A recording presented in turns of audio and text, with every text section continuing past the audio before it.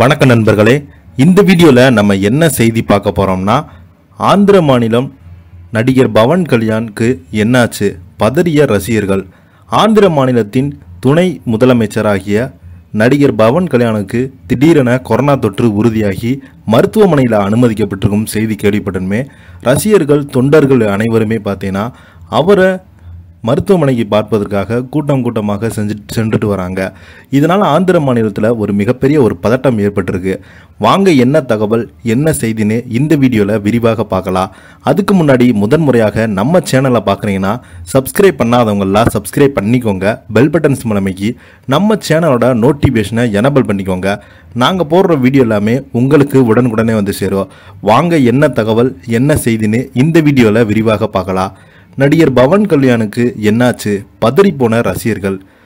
தெலுங்கு நடிகர் பவன் கல்யாணுக்கு திடீரென காலையில் மருத்துவமனையில் அனுமதிக்கப்பட்டிருக்காங்க. மருத்துவமனையில் அனுமதிக்கப்பட்டோன்னே மருத்துவர்கள் எல்லாமே அவருடைய உடல்நிலை பரிசோதித்து கொரோனா தொற்று உறுதி செய்யப்பட்டுள்ளது. இந்தியாவில் ஆந்திர மாநிலத்தின் துணை முதல்வராக தேர்வு செய்யப்பட்ட பிறகு நடிகர் பவன் கல்யாண் இடைவிடாமல் ஆந்திர வளர்ச்சிக்காக உழைத்து வருகிறார். விஜயவாடாவில் ஏற்பட்ட வெள்ளத்தின் போது பவன் கல்யாண் கடந்த 2 நாட்களாகவே பொதுவெளியில வரவே இல்லை என்று விமர்சிக்கப்பட்ட நிலையில நடிகர் பவன் கல்யாண் வைரஸ் காய்ச்சலால் கடுமையாக பாதிக்கப்பட்டு குணமடைந்து வருகிறார் என்ற தகவல் வெளியாகி உள்ளது. நடிகராக இருந்து அரசியல்வாதியாக மாறிய அவர் 2 கூட்டங்களில் கலந்து கொண்டிருக்கிறார். அதன் பின்பு நேற்று விஜயவாடாவில் உள்ள வெள்ள நிலைமைகளை கண்காணிக்க அதிகாரிகளை சந்தித்தார்.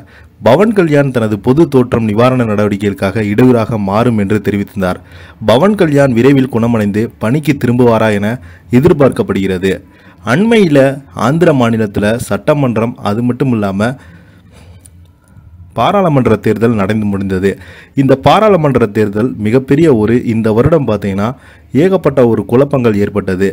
அதாவது எந்த கட்சிக்கும் பாரதிய ஜனதாவுக்கு மெஜாரிட்டி கிடைக்காம அவங்களுக்கு ஆதரவாக நடிகர் பவன் கல்யாணி கூட்டணியை சேர்ந்தவங்க ஆதரவு கொடுத்தாங்க. அதன் நிலையில தான் இப்போது பிஜேபி பார்த்தீங்கன்னா ஆட்சி அமைத்து பிடித்திருக்குது. இதனால் ஆந்திராவில் முதலமைச்சராக சந்திரபாபு நாயுடும் துணை முதல்வராக பவன் கல்யாண் அவர்களும் தேர்வு செய்யப்பட்டிருந்தார். இப்போ பார்த்தீங்கன்னா நடிகர் தனது வரவிருக்கும் ஹரிஹரா, வீர மல்லா மற்றும் முஸ்தா பகத்சிங் ஆகியோரின் படப்பிடிப்பை மீண்டும் தொடங்குவாரா என்று எதிர்பார்க்கப்படுகிறது. பவன் கல்யாண் இந்த ஆண்டு இறுதிக்குள் இந்த அனைத்து படங்களையும் படப்பிடிப்பை முடித்துவிட்டு அரசியலில் முழுமையாக கவனம் செலுத்த திட்டமிட்டப்பட்டுள்ளதாக தகவல் வெளியாகியுள்ளது. இதை பற்றி நீங்கள் என்ன நினைக்கிறீங்க, என்ன செய்தி நினைக்கிறீங்கன்னு கீழே உள்ள கமெண்ட் பாக்ஸில் மறக்காமல் பதிவிடுங்க. இந்த வீடியோ உங்களுக்கு பிடிச்சிருந்தா லைக் பண்ணுங்கள், ஷேர் பண்ணுங்கள், கமெண்ட் பண்ணுங்கள். நன்றி, வணக்கம்.